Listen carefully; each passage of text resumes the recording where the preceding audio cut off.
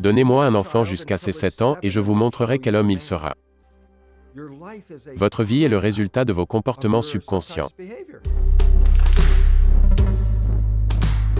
Le film Matrix, ce n'est pas de la science-fiction, c'est un documentaire. Tomber amoureux est l'équivalent de prendre la pilule rouge. Car biologiquement, cela vous maintient en état de pleine conscience, ça vous maintient éveillé. Il n'y a pas de gène pour le cancer, c'est totalement faux. Je peux vous le dire aujourd'hui, il n'y a pas de gène qui provoque le cancer. Vous devez avoir des stimuli provenant de votre style de vie. Le stress est chimique, il fait que les vaisseaux sanguins se resserrent. Si vous comprenez l'épigénétique, vous n'avez plus besoin de l'industrie pharmaceutique, vous pouvez guérir vous-même sans médicaments. Absolument. C'est vraiment un ajustement de conscience, pas un ajustement de votre biologie interne. Le cerveau est le chimiste, changez votre vision et vous changerez votre chimie. L'industrie pharmaceutique a le monopole de la médecine. Si vous pouviez mettre ce genre de guérison dont je vous parle dans une capsule, il vous en parlerait. Un gène est une empreinte. Un gène n'est pas une mesure de l'évolution. Quelle est la mesure? La conscience. 7 milliards d'êtres humains se réunissent pour former un super-organisme appelé humanité. C'est le paradigme de notre évolution, c'est vers cela que nous allons.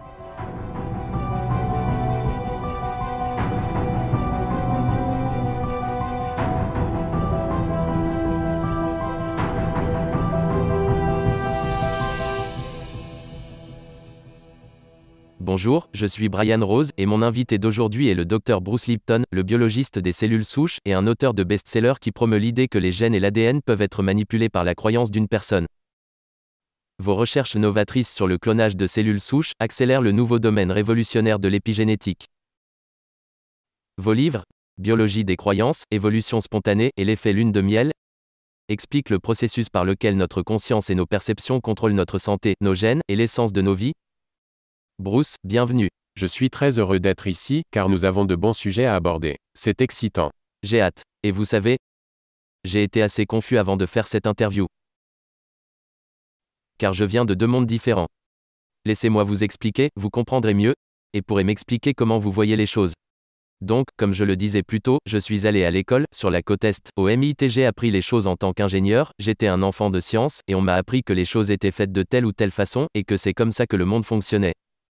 Et pourtant, ces 6 dernières années, j'ai eu l'occasion de parler avec des gens qui ont des points de vue incroyables à propos de la conscience, de la spiritualité, de l'énergie.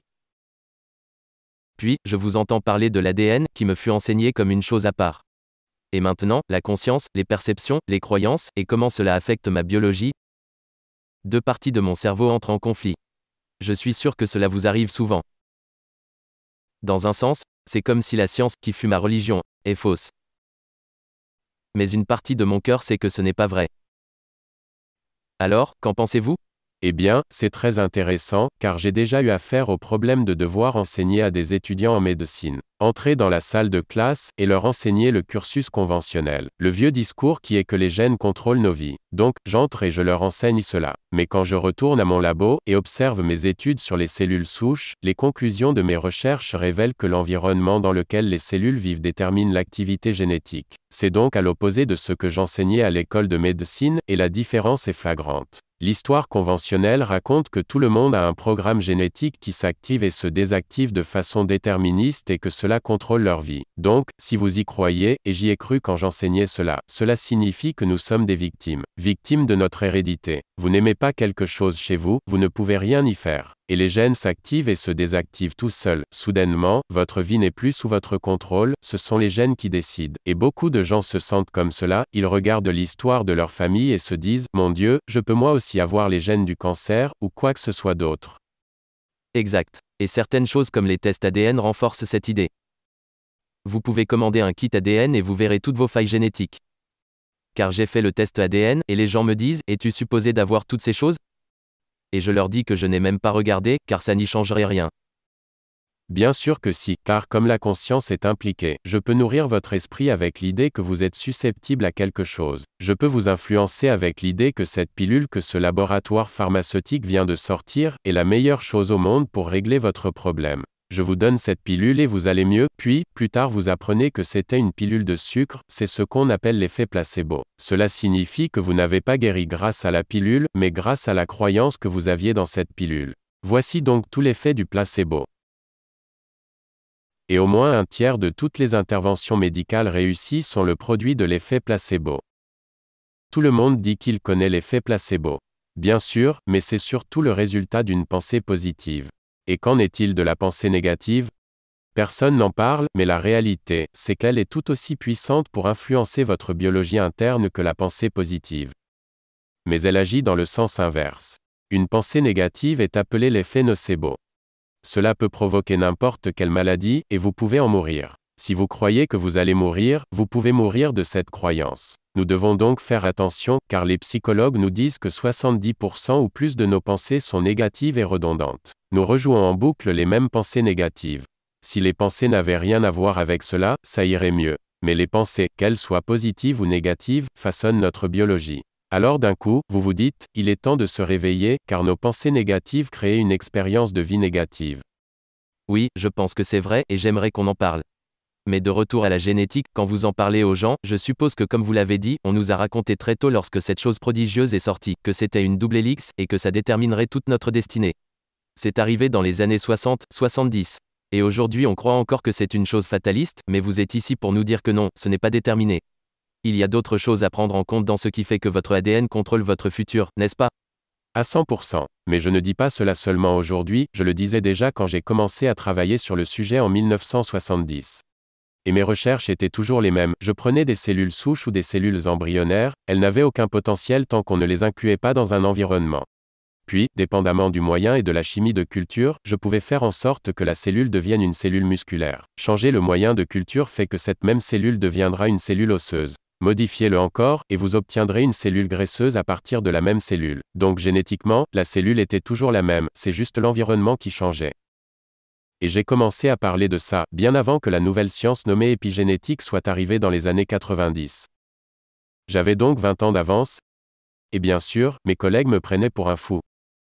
Car tout le monde s'appuyait sur le dogme habituel, et moi j'arrivais avec un autre point de vue sur le sujet. Mais aujourd'hui, ça devient quelque chose de banal. Le seul problème étant que quand vous investissez autant d'argent dans un système de pensée, et que ce système se trompe, vous avez tout essayé aussi longtemps que vous le pouviez. Car vous aviez investi des centaines de milliards de dollars dans cette croyance, vous ne pouvez pas tout changer du jour au lendemain. Donc, c'est un combat de tous les jours, mais la vérité commence à se faire connaître car le public devient plus conscient de cela. C'est une véritable révolution, car, comme je le disais, si vous croyez que vos gènes contrôlent votre vie, vous êtes une victime de votre hérédité. Pourriez-vous expliquer ce qu'est l'épigénétique, pour ceux qui ne savent pas ce que c'est? Quand je dis que les gènes nous contrôlent, c'est dû à la croyance que les gènes font de nous ce que nous sommes. Quand je dis que c'est l'épigénétique qui contrôle, ça sonne presque pareil. Mais épi signifie au-dessus.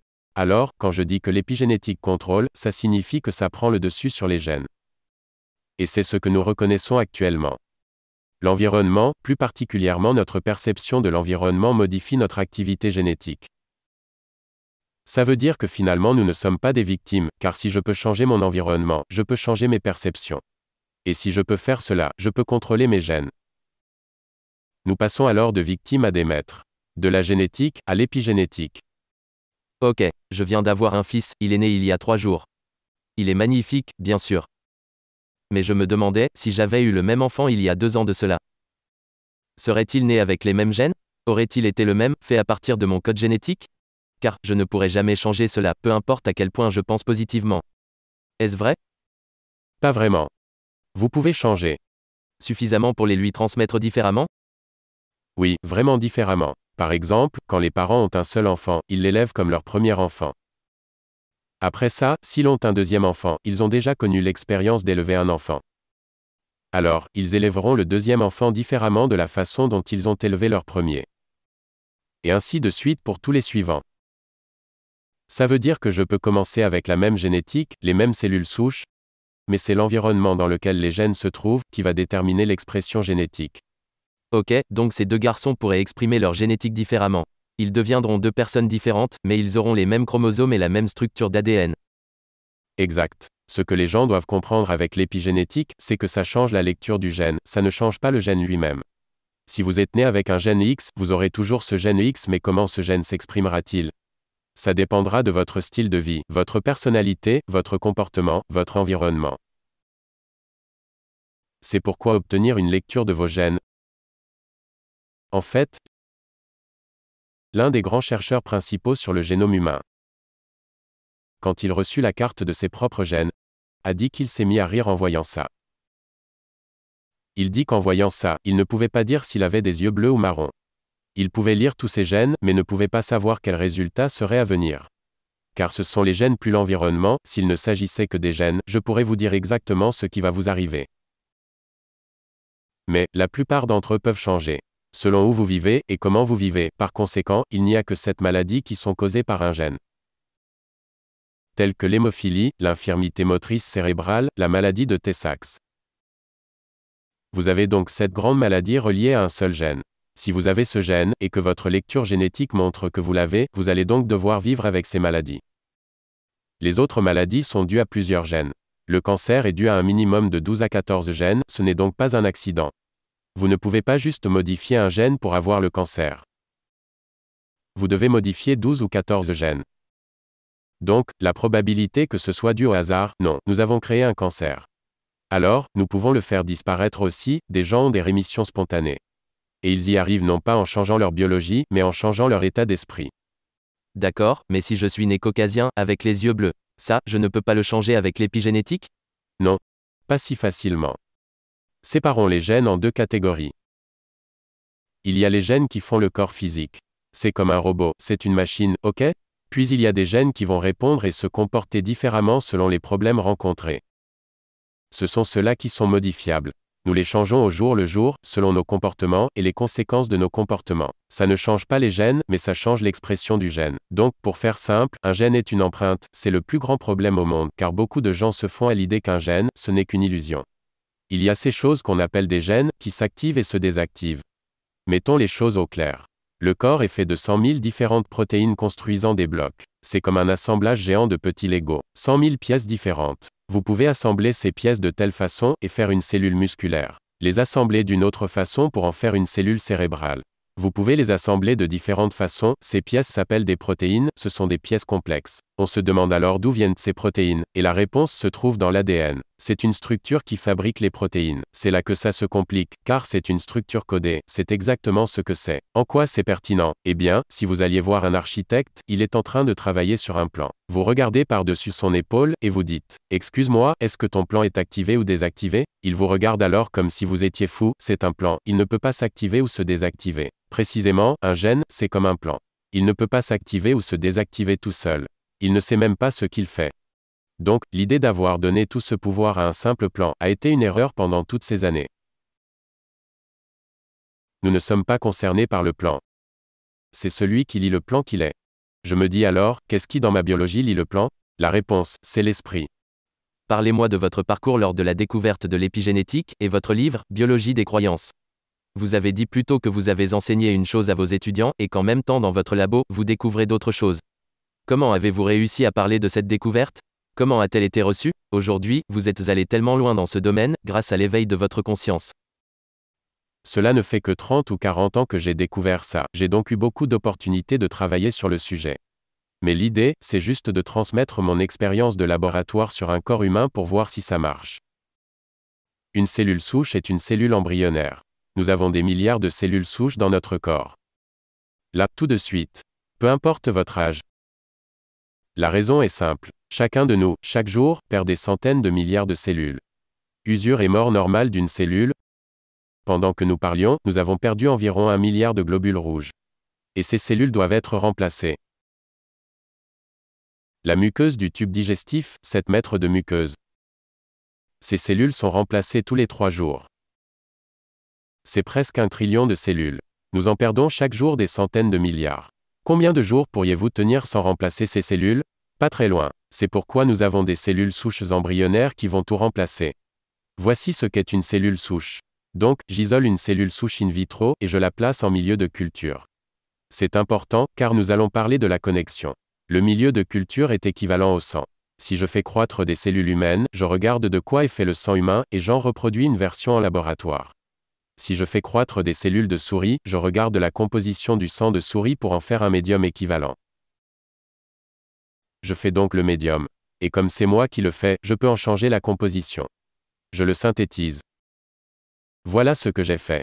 J'ai donc mis une cellule souche seule en culture, et elle se divise toutes les 10 à 12 heures.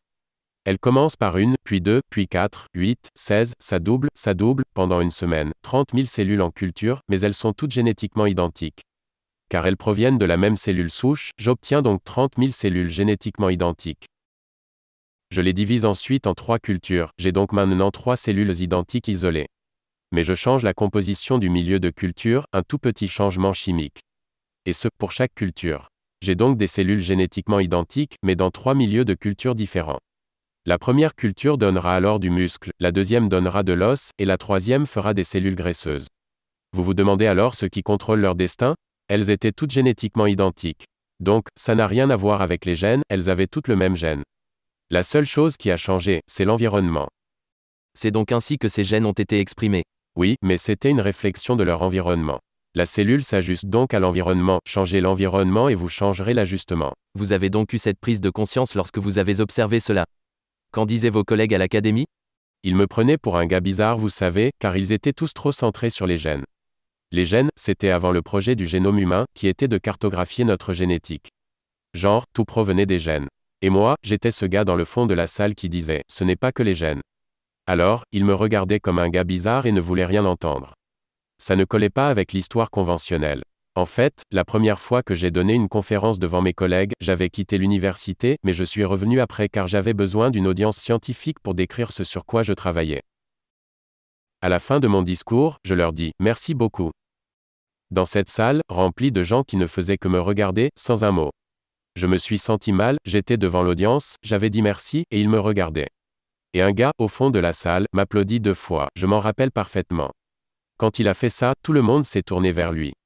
Alors il a reposé ses mains sur son bureau, puis, environ 1 minute plus tard, tout le monde s'est levé, et ils sont tous partis. Tous mes collègues. Je pensais que j'étais devenu fou. Pourquoi est-ce arrivé? Pourquoi ce genre de choses arrive? Car nous pensons que la science est basée sur des faits. Mais la science est basée sur ce qui est en vogue. C'est basé sur des tendances. Comme toutes ces choses à l'époque de Galilée. Chaque fois qu'un scientifique est arrivé avec une nouvelle idée, il a été déclaré être bizarre, fou, ou à côté de la plaque. Puis ces nouvelles idées prennent place. Ou parfois ils sont juste l'excentrique du groupe. Oui, mais c'est là qu'ils doivent faire la différence. Oh, il est bizarre, alors je l'évite, mais une personne intéressante se cache derrière cela. Donc les faits étaient là. Mes recherches étaient reproduisibles chaque jour, et on pouvait prédire le résultat. Le truc, c'est que la prédiction veut dire que vous comprenez quelque chose. Si vous pouvez le prédire avant que cela n'arrive, alors vous savez comment ça marche. Mes prédictions étaient toujours justes. Elles ne collaient juste pas à la pensée conventionnelle. Je devais donc faire un choix. J'étais un hérétique. On me disait que je me trompais, et je disais que non. À chaque fois que je vérifiais les recherches, les résultats provenaient de différentes sources, de différents endroits. Alors, je m'y suis tenu. Et cela a pris près de 20 ans, avant que la science reconnaisse ce dont je parlais, et lui attribue le nom d'épigénétique. C'est la nouvelle science. Qui est donc la croyance qu'à travers nos comportements, vous pouvez altérer vos gènes, les transmettre et les exprimer différemment. Je choisis peut-être mal mes mots. C'est très proche. Les gens en parlent aujourd'hui comme d'une réalité. Bien que ce n'est pas encore très bien compris, ou totalement cru. Ça l'est aujourd'hui. C'est une vraie science. Une science de pointe. Maintenant, je vais vous dire d'où vient le problème. Pas vraiment des scientifiques, mais de l'industrie pharmaceutique. Et la raison pour laquelle c'est important, c'est parce que l'industrie pharmaceutique a le monopole de la médecine. Si vous pouviez mettre ce genre de guérison dont je vous parle dans une capsule, il vous en parlerait. Mais c'est de la guérison par la conscience, et vous ne pouvez pas le vendre. Résultat, ils ne sont pas intéressés par cela.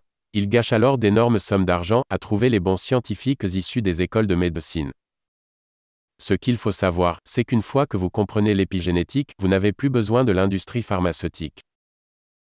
Vous vous rendez alors compte que ce n'est pas l'intérêt de l'une des plus grandes industries de cette planète, de dire aux gens, vous pouvez vous soigner sans médicaments. Vous savez.